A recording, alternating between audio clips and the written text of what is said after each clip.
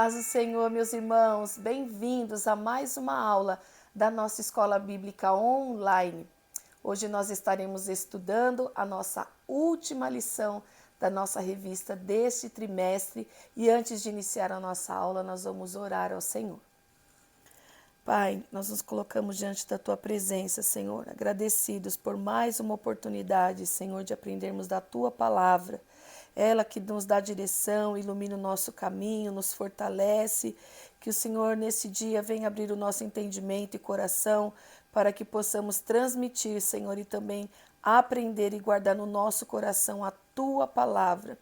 E a palavra do Senhor também diz que a Tua palavra não volta vazia.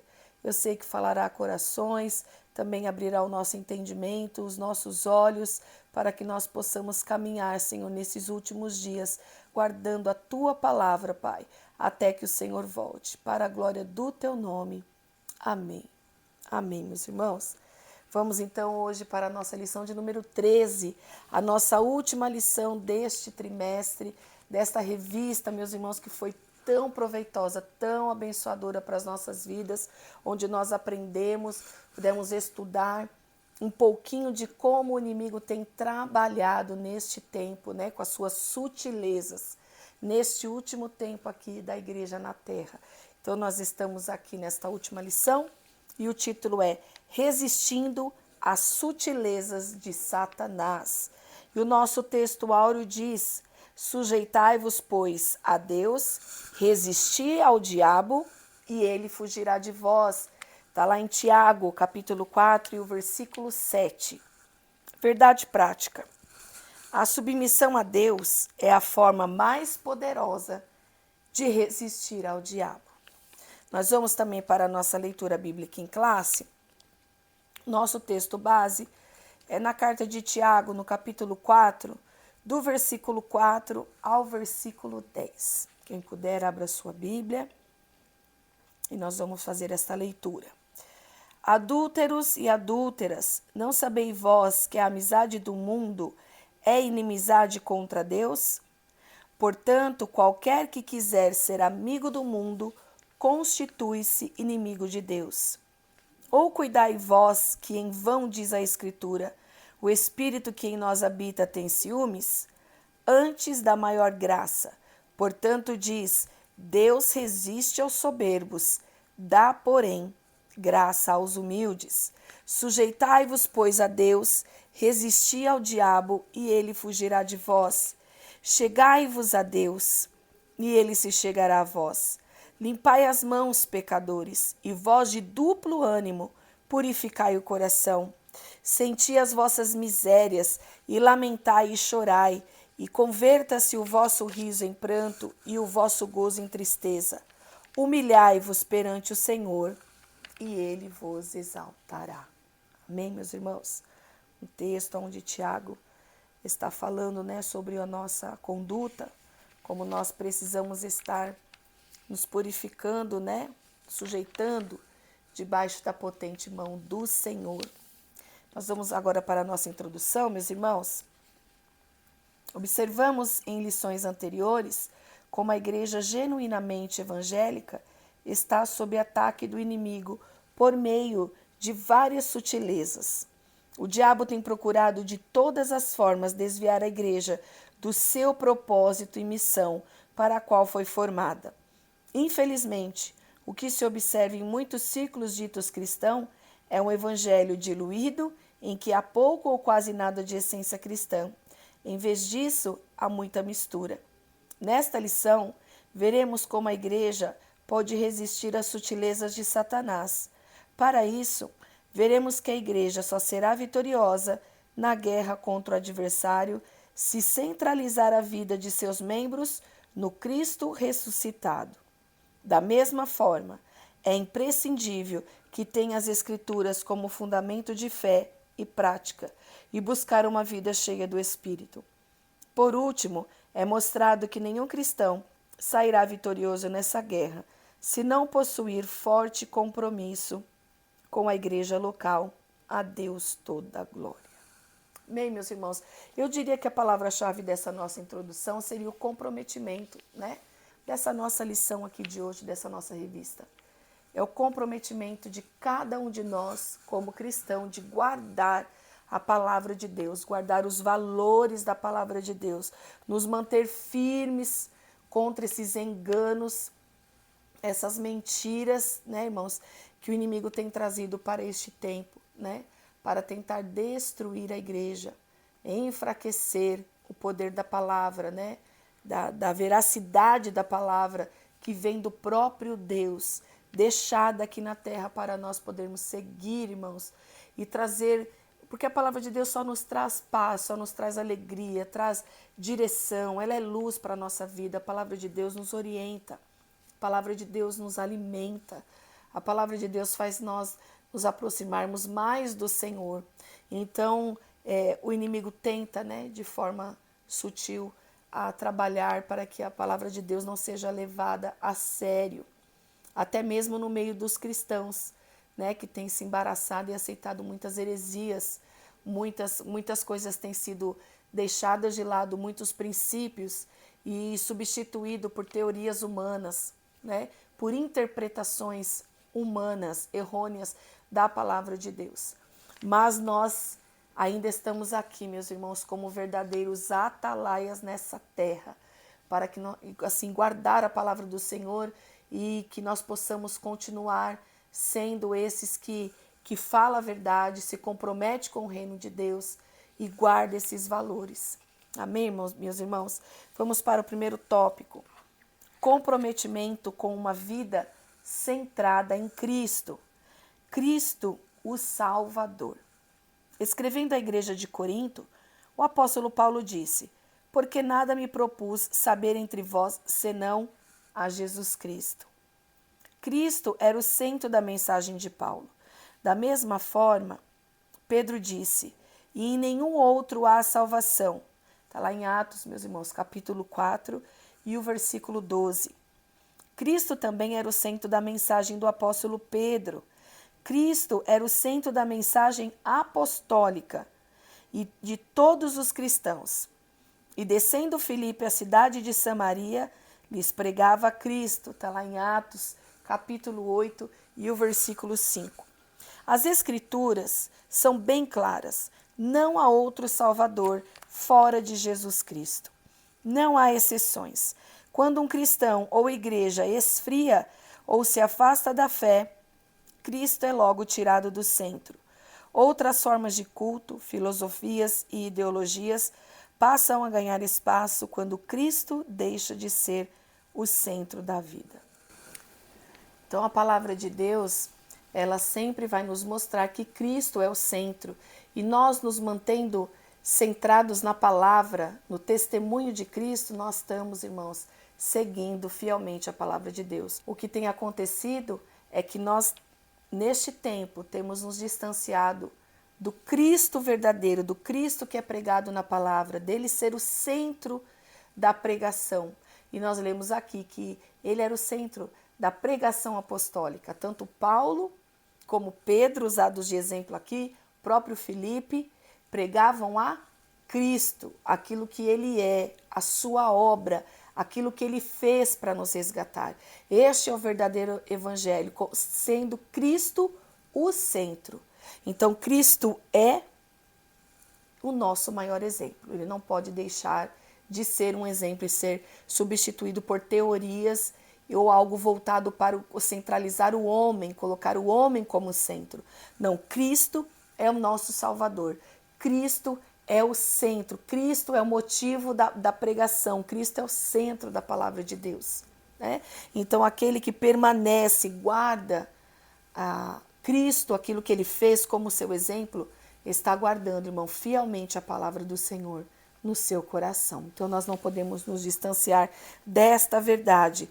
A igreja precisa continuar pregando de forma genuína os ensinamentos de Cristo e não filosofias humanas e não aquilo que as pessoas querem ouvir ou aquilo que vai satisfazer aquilo que as pessoas desejam, né? Porque a palavra de Deus, ela sempre vai, irmão, de contra o que a nossa carne deseja. Então, o que Cristo pregou, confrontou naquele tempo e continua nos confrontando até hoje, né? O que Cristo nos ensinou vai na contramão daquilo que o mundo prega. Então, Cristo como o nosso Salvador, Cristo o Senhor. Se por outro lado a igreja não deve esquecer-se de proclamar Cristo como único Salvador, por outro, jamais deve esquecer-se de que ele é o único Senhor. Lá em Atos capítulo 2, 36. Quem recebe a Cristo como Salvador deve andar na fé, tendo ele como Senhor. Ser discípulo de Cristo é tê-lo como Senhor. Como, pois, recebeste o Senhor Jesus Cristo, assim também andai nele. Está lá em Colossenses capítulo 2 e no versículo 6. Receber Cristo como Salvador, mas não andar nele, isto é, de acordo com o seu ensino, é negar seu senhorio. A falta de reconhecer o senhorio de Cristo é a causa do fracasso na fé de muitos cristãos. A sutileza do diabo está no fato de dizer que você pode viver uma coisa sem a outra. Em outras palavras, você pode ser salvo independentemente da forma ou maneira do que vive. Olha que importante isso, meus irmãos. Cristo é o nosso Senhor. Cristo é aquele que é o nosso dono. A Ele nós entregamos a nossa vida. Ele entregou a sua vida por nós e nós a entregamos a Ele para fazer aquilo que Ele nos ensinou, aquilo que Ele deseja que nós façamos aqui como propósito seu nessa terra. Meus irmãos, nós precisamos andar naquilo que Jesus ensinou. O que aqui o comentarista está querendo dizer? Não adianta eu só vir à igreja, ouvir mensagens falando sobre Jesus, mas no meu dia a dia eu não parecer com Ele, eu não praticar o que Ele nos ensinou, o que Ele deixou registrado, o que foi a sua vida. Ele é o centro de toda a Bíblia, meus irmãos. É sobre Ele a palavra. É sobre o nosso Salvador. Ele é o nosso Salvador e também o nosso Senhor, a quem nós também devemos ser submissos, né? E declarar o senhorio dele, quer dizer, aquilo que ele é sobre nós, durante toda a nossa existência. As pessoas têm perdido até o respeito ao se dirigir ao Senhor Jesus. As pessoas pensam que por ter intimidade com Deus, com o Senhor Jesus, através do seu Espírito Santo, a gente pode falar com Ele de qualquer maneira, ou fazer aquilo que eu quero, mas continuar dizendo que eu sou de Cristo. Porque o próprio Jesus disse, né, que Ele entregou a sua vida. Ele mesmo veio, Ele se sujeitou a Deus, mesmo sendo Deus, se sujeitou ao Pai. Ele não teve por usurpação ser igual a Deus. Olha que ensinamento o Senhor Jesus nos deixa, meus irmãos. Então, é este ensinamento que nós devemos seguir, a termos entregarmos esta reverência ao Senhor, este temor, porque além de ser o nosso Salvador, Ele também é o nosso Senhor. Amém, meus queridos? Nunca perca este temor e este reconhecimento de que Jesus é o Salvador e o nosso Senhor. E a síntese do tópico 1 diz: é preciso estar comprometido com Cristo, o Salvador e Senhor. Bem, meus irmãos, vamos estar comprometidos com a nossa vida centrada em Cristo. Ainda que o tema das mensagens não seja mais o ensinamento que Jesus deixou em outros lugares, nós damos graças a Deus, porque aqui nós temos um alimento genuíno e pregamos a Cristo, pregamos os seus ensinamentos e estamos aqui dispostos a seguir tudo aquilo que Jesus nos deixou em sua palavra, seguir a Jesus como Salvador e Senhor da nossa vida. Amém? Vamos para o tópico de número 2, comprometimento com as Escrituras. Bíblia, a revelação de Deus. Vez por outra, vemos falsos mestres questionando a autoridade das Escrituras e sua atualidade. No entendimento deles, a Bíblia contém a palavra de Deus. Contudo, encontra-se ultrapassada, deixando de falar a linguagem da cultura contemporânea. Assim, há uma tentativa consciente e sistematizada de minar a autoridade das Escrituras na verdade, Esse ataque é contra as Escrituras como revelação de Deus para o homem. Deixando de ser a revelação de Deus, a Bíblia torna-se um livro meramente humano, sujeito a falhas e, portanto, passível de correção. Convém dizer que a Bíblia é a palavra de Deus. Está lá em Mateus, no capítulo 4 e o versículo 4. A revelação de Deus ao homem e, como tal, está sempre atualizada. Não é a Bíblia que tem que se ajustar a nós, mas nós nos moldarmos pelas Escrituras. Meus irmãos, nós vemos que esta nossa revista é um resumo até do que nós falamos ao longo dessas 12 lições, né? Falando da importância e da revelação que é a palavra de Deus e como o inimigo tem lutado para tirar essa credibilidade que a palavra vem do Senhor Deus, que é a revelação daquilo que nós precisamos seguir aqui na terra.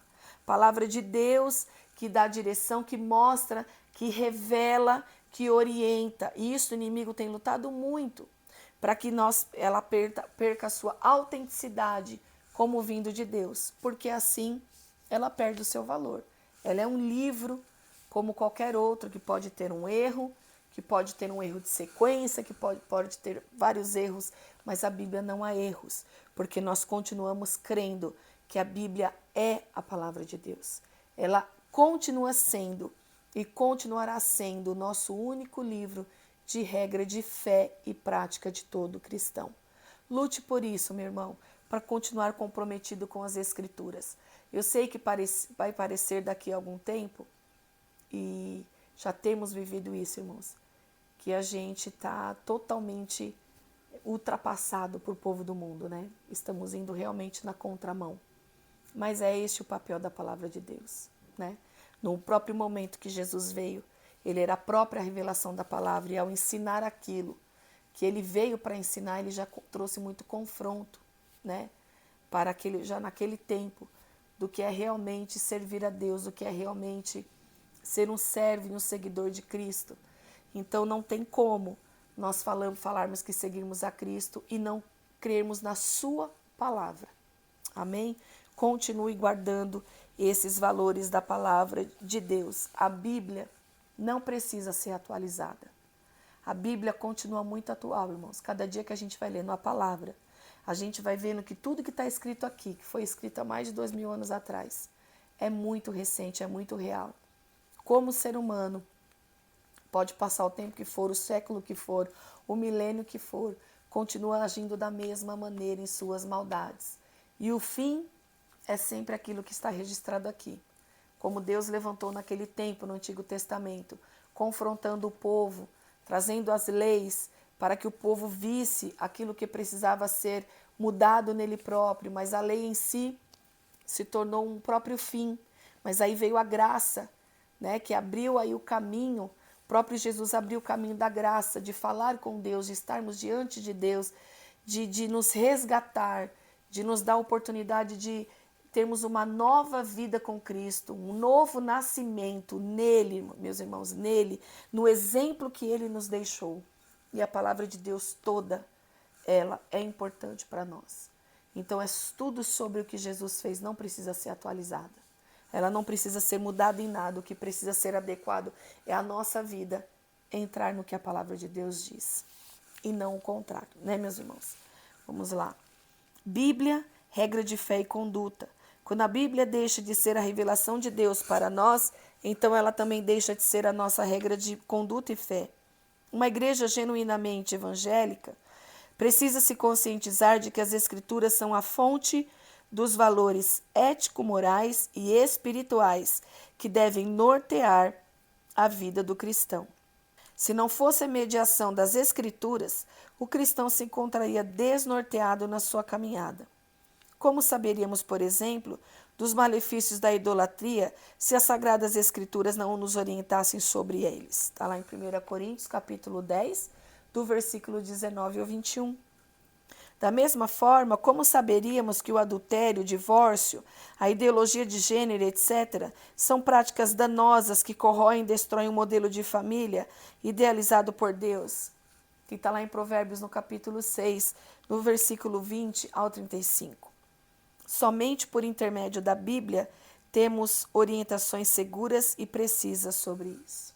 Meus irmãos, fica tão claro quando um cristão se distancia da leitura da palavra de Deus e da centralidade da palavra de Deus, porque muda o seu jeito de agir, o seu jeito de pensar começa a se tornar natural, olhando o mundo de uma forma natural, não vendo Deus, o trabalhar de Deus nas situações, a fala muda, aquilo que você passa a ter muitas dúvidas no seu coração. Por quê?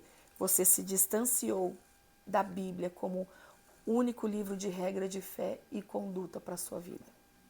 Ela é o único da nossa vida. Quando a gente passa a ler tantas outras coisas e menos a Bíblia, que é a palavra de Deus, que tem um poder, meus irmãos, porque ela é viva, ela entra no seu coração, ela vai na divisão da alma e do espírito. Lá a carta aos Hebreus fala, Hebreus 4:12, sobre isso. A palavra de Deus, ela traz vida para o seu interior. Ela não é um livro comum que nós lemos, ela é inspirada pelo próprio Deus. O próprio Deus trouxe essa revelação.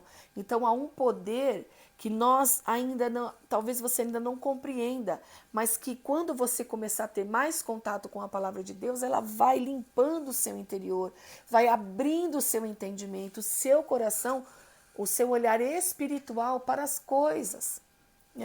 Quando nós ouvimos a palavra de Deus, o que a palavra de Deus nos diz? Que a fé vem pelo ouvir e ouvir a palavra de Deus. E ouvir a palavra de Deus, você está ali em contato com a palavra de Deus, ela vai te trazendo fé.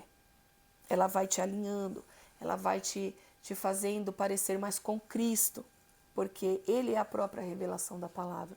Então fica claro, quando uma igreja, quando um cristão coloca a Bíblia em segundo plano, é muitas confusões de entendimento, não consegue ter clareza nos seus posicionamentos, não consegue ir contra, ver a sutileza do inimigo trabalhando neste tempo no mundo, torna as coisas muito normais e relativas. Tudo isso, meus irmãos, quando nós vamos nos distanciando da palavra de Deus, porque ela é a verdade que norteia a nossa vida. Então, se você tem passado por isso, você tem tido esses claros, claras ações, essas mudanças, volte para a centralidade da palavra de Deus. Coloque ela no centro da tua vida, do teu dia. Medite na palavra de Deus, ouça a palavra de Deus, ouça aquilo que o Senhor tem todo dia, uma palavra para nós aqui. Há um não temas escrito na palavra do Senhor para cada dia do nosso ano. Até para aquele ano que tem um dia a mais, tem na palavra de Deus. Um não temas da parte do Senhor, porque neste mundo nós teremos muitas aflições, mas o Senhor venceu. O Senhor está conosco. Então continue lendo a palavra. Irmãos, tem vitórias tão maravilhosas aqui que nós lemos na palavra de Deus. Quando nós olhamos para a vida dos apóstolos, pregando a Cristo, respeitando o Senhor Jesus como Senhor, falando da palavra de Deus, sendo açoitados, presos e felizes por estar tendo essa oportunidade de sofrer por amor a Cristo, nós vemos o amor que eles tinham por aquilo tudo que eles viveram com Jesus, pelo que Jesus fez por nós. Que nós possamos, irmãos, não deixar essa chama apagar dentro do nosso coração nesses últimos tempos, porque a própria Bíblia diz que nos últimos dias o amor de muitos vão esfriar. E se você se distanciar da palavra de Deus, e se eu me distanciar da palavra de Deus, nós estaremos incluídos nesse esfriamento, mas que o Senhor venha guardar o nosso coração e nós continuemos comprometidos com Cristo Salvador e com as suas Escrituras. Amém, meus irmãos? Vamos para o tópico de número 3, comprometidos com uma vida cheia do Espírito. O Espírito Santo no plano da redenção. É o Espírito Santo quem conduz o homem a Cristo. Está lá em João no capítulo 16, do 8 ao 11. O Espírito nos trouxe a Cristo. Contudo, precisa ser dito que o viver em Cristo e na prática dos princípios bíblicos é impossível sem a ajuda do Espírito Santo. O apóstolo Paulo deixa essa lição bem clara quando escreveu os capítulos 6, 7 e 8 da sua carta aos Romanos. Ali ele mostra que é possível ter a consciência do pecado, lutar contra ele e, assim mesmo, continuar subjugado. De acordo com o apóstolo, foi por meio da lei do Espírito de vida que o cristão pôde vencer a lei do pecado e da morte. Está lá em Romanos capítulo 8 e o versículo 2. As Escrituras exortam o cristão a andar no Espírito como única garantia de não satisfazer os desejos carnais. Está lá em Gálatas, meus irmãos, capítulo 5. Sem o Espírito Santo é impossível vencer as sutilezas do diabo. Então, meus irmãos, o Espírito Santo tem um papel fundamental nas nossas vidas. Tanto que Jesus, quando ele está subindo aos céus, ele orienta aos seus discípulos: não saiam de Jerusalém, até que do alto sejais revestido de poder. Então, só após a descida do Espírito Santo, né, do Pentecostes, naqueles dias do Pentecostes, e os discípulos foram cheios do Espírito, e ali eles foram, né, lançados ainda mais longe, né, foram ainda além com a mensagem sobre Cristo. É necessário nós, como cristãos, estar cheio dele, porque somente cheio do Espírito nós vencemos a luta do Espírito contra a carne, porque há uma luta diária, né, meus irmãos? Porque nós continuamos habitando nesta carne, mas também o Espírito Santo habita em nós. E ele está sempre pronto, assim diz a palavra do Senhor. Mas o que é fraco é a nossa carne. Então nós temos que andar cheios do Espírito e não alimentar a nossa carne. Nós temos que ir de acordo com a palavra de Deus, aquilo que alimenta o nosso espírito, aquilo que vai nos enchendo do Espírito Santo de Deus.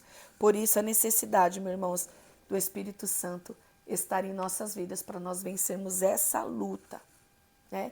Porque é ele que trabalha também no convencimento do homem do pecado, da justiça e do juízo. Nós lançamos a palavra do Evangelho, né? Que é as boas novas, a palavra que transforma as nossas vidas. E o Espírito Santo é aquele que convence o homem, é aquele que vai mostrando ao homem os seus próprios erros.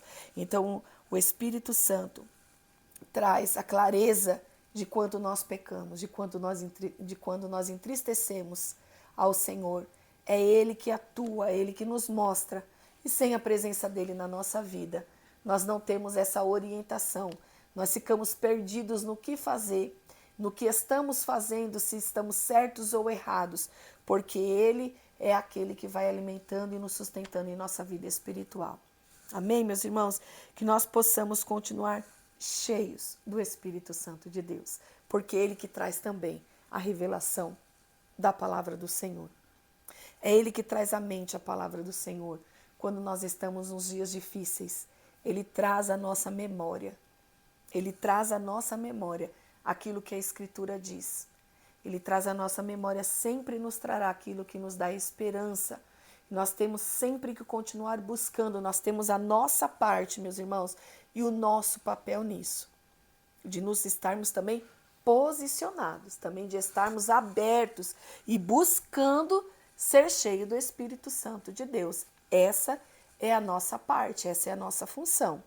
Se nós estamos vendo que nós estamos parecendo muito com as ações do mundo, muito como o mundo está pensando, como o mundo tem pregado, nós precisamos voltar à palavra de Deus e buscar ser cheios do Espírito Santo de Deus, para que nós possamos resistir, irmãos, todas essas ideologias do mal, malignas do nosso tempo.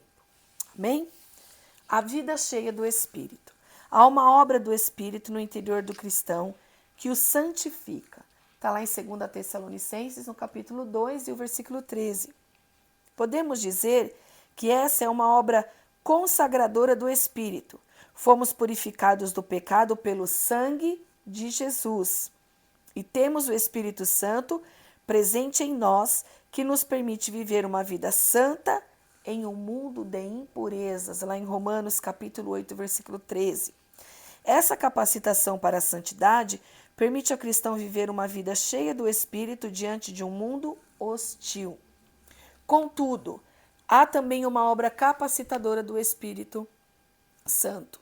Essa capacitação diz respeito à habilitação do crente para ser uma testemunha eficaz de Cristo no mundo, bem como um viver vitorioso no Espírito. Então, meus irmãos, a vida cheia do Espírito, algo que faz também e trabalha na santificação do nosso ser, né? Ele também vai promovendo a santificação, né? Porque ela vai nos purificando, ele vai nos tirando todas as impurezas do nosso interior. Irmãos, quanto mais nós nos aproximamos do Senhor, mais nós vemos as nossas misérias, aquilo que a gente precisa mudar, né? Assim nós vemos um exemplo ali em Isaías, no capítulo 6, quando ele vai ao templo e ele tem aquela visão do Senhor assentado num alto e sublime trono. Ele vê ali o próprio Deus, ele vê a majestade santa, ele vê algo que ele nunca tinha visto. E o que produziu na vida de Isaías naquele momento? Ele se sentiu impuro. Ele diz: Senhor, eu estou aqui desfalecendo, porque eu tenho os lábios impuros e habito no meio de um povo de impuros lábios. E vem o anjo com uma tenaz, com uma brasa e toca naquilo que ele precisava ser tocado, né?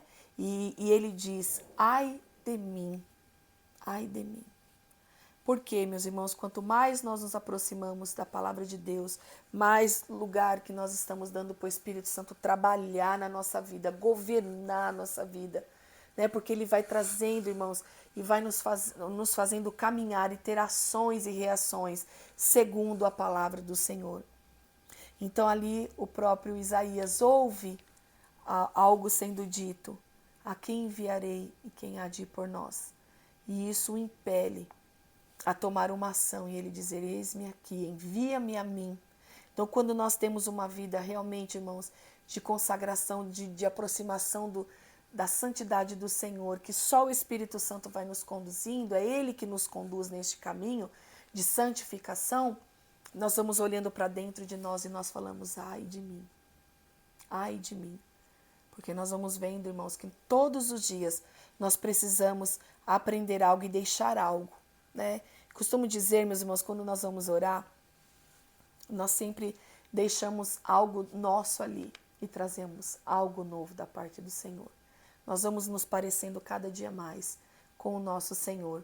E esta obra é feita pelo próprio Espírito Santo de Deus, que Ele possa encher as nossas vidas no dia de hoje, continuar governando as nossas vidas enquanto estivermos aqui, meus irmãos, nesta terra. Amém? A síntese do tópico 3, é preciso buscar uma vida cheia do Espírito em que somos conduzidos e dirigidos por Ele. Agora nós vamos para o último tópico, o quarto tópico, comprometimento com a igreja local. A igreja como corpo de Cristo. Escrevendo aos Coríntios, o apóstolo Paulo disse: ora, vós sois o corpo de Cristo e seus membros em particular. 1 Coríntios 12, 27. Nas Escrituras, a igreja ocupa um lugar de relevância ímpar. Fica sempre em destaque a igreja como um corpo, ou seja, uma expressão de sua dimensão coletiva. Nesse sentido, o aspecto local da igreja também fica enfatizado. Na metáfora dita por Paulo no capítulo 12 da sua primeira carta aos Coríntios, fica evidente que, assim como um membro do corpo humano separado deste perde sua utilidade, da mesma forma a igreja. É por isso que não existe cristão legítimo fora da esfera da igreja como corpo de Cristo. A própria palavra desigrejados torna-se um termo impróprio, uma forma de descrever uma anomalia espiritual. Amém, meus irmãos? Então, a igreja é o corpo de Cristo. E nós, como igreja, como corpo de Cristo, andamos em unidade. Paulo, quando faz essa comparação da igreja como um corpo, porque tem a forma e as funções quando estão todos juntos, ligados, vivos. A igreja é um organismo vivo que caminha sobre a orientação de Cristo, que é o cabeça deste corpo. Então não tem como eu dizer que eu sou uma cristã se eu não estou inserido no corpo de Cristo como igreja. E também faz parte, irmãos, para vencermos neste tempo as sutilezas dessas mentiras, desses enganos do adversário, estarmos unidos como corpo de Cristo, como igreja, independente de placa. Não é a placa que eu estou dizendo. Estou dizendo como igreja de Cristo, unidos como cristãos, continuamos, aonde estiver um cristão, irmãos, nos 4 cantos dessa terra, é a igreja de Cristo. Está inserido neste corpo quando está andando em unidade e conformidade com a palavra de Deus, em conformidade com a palavra daquilo que o Senhor Jesus ensina e andando no meio e junto com os cristãos, né?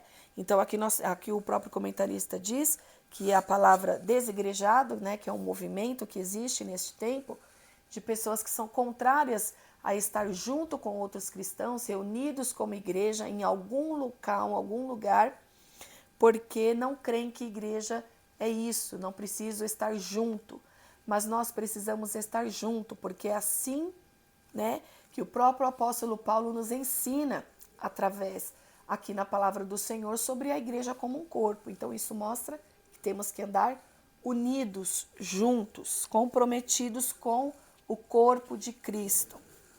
O lugar e a importância de cada membro na igreja. A palavra igreja jamais deve significar templo. Um templo pode ser a estrutura arquitetônica onde a igreja se reúne. A igreja, portanto, não é um prédio feito do aglomerado de concreto, tijolos e areia. Ela é o corpo de Cristo. Como corpo de Cristo, ela possui seus membros. Ela também não é um ajuntamento de pessoas em que ninguém sabe precisamente qual é a sua função no corpo. Biblicamente, cada membro da igreja, assim como o corpo humano, possui seu lugar e função para exercer. Um desigrejado é alguém que, por alguma razão, não conseguiu exercer sua função de membro no corpo de Cristo. Olha que importante, irmãos, este nosso último tópico.